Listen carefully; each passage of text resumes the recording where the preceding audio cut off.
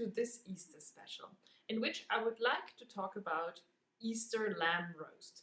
To eat roasted lamb on Easter is an old tradition, and it actually reminds Christian believers of Christ's sacrifice in the Holy Week and his resurrection on Easter.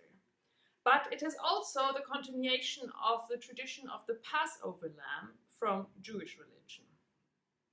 Anyhow, if you're a believer or not, it is a tradition to eat lamb on Easter, and this is why I have chosen a recipe from a 13th century French cookbook with the title Enseignements qui enseignent à apareillir toutes manières de viandes, which means lessons which teach the preparation of all kinds of meats.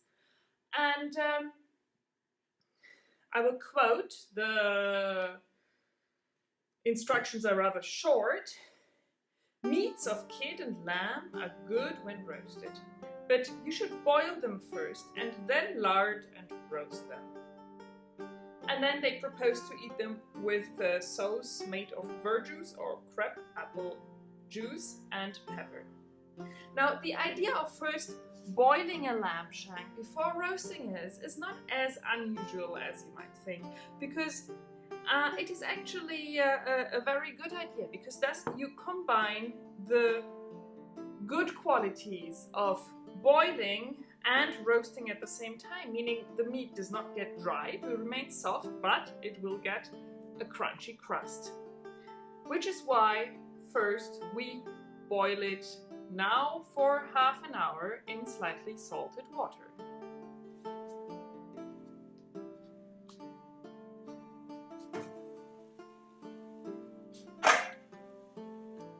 And it's okay if it sticks out a little, because anyways there's not that much meat on the upper part. And we leave it to parboil for 20 minutes up to half an hour, depending on the size of the shank.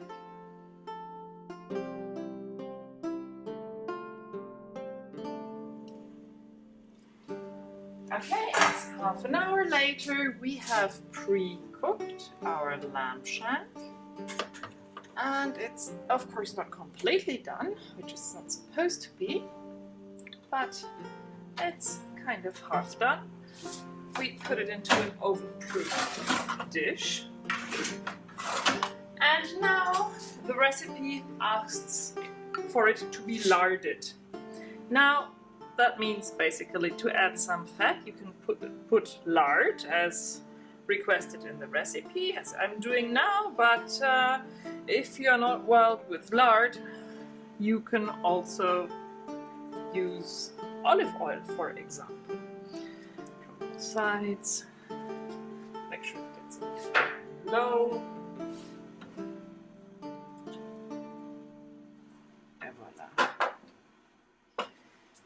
And now we have already preheated the oven well, it should grill to 250 degrees, which is like 480 degrees Fahrenheit. And we put it in the oven rather high, because it should grill nicely from above, but it has upper and lower heat. And now we leave it to roast for another half an hour. Meanwhile, we will prepare the condiment with which the lamb will be served, which is either verjuice in French, or also agresto in other languages, which is the juice of unripe grapes, or as an alternative, the recipe proposes crab apple juice, which is the rather acid juice of wild apples.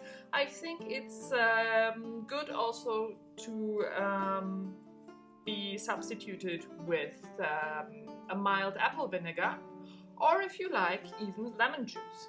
Now we give some of that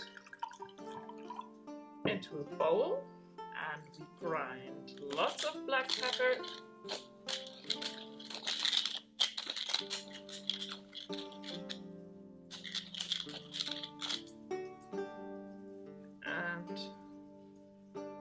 Simply blend the two.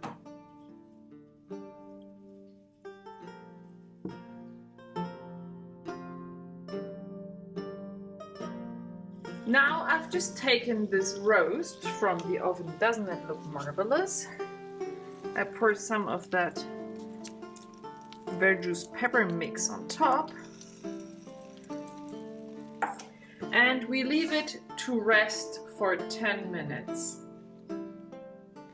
Isn't that a perfect lamb roast?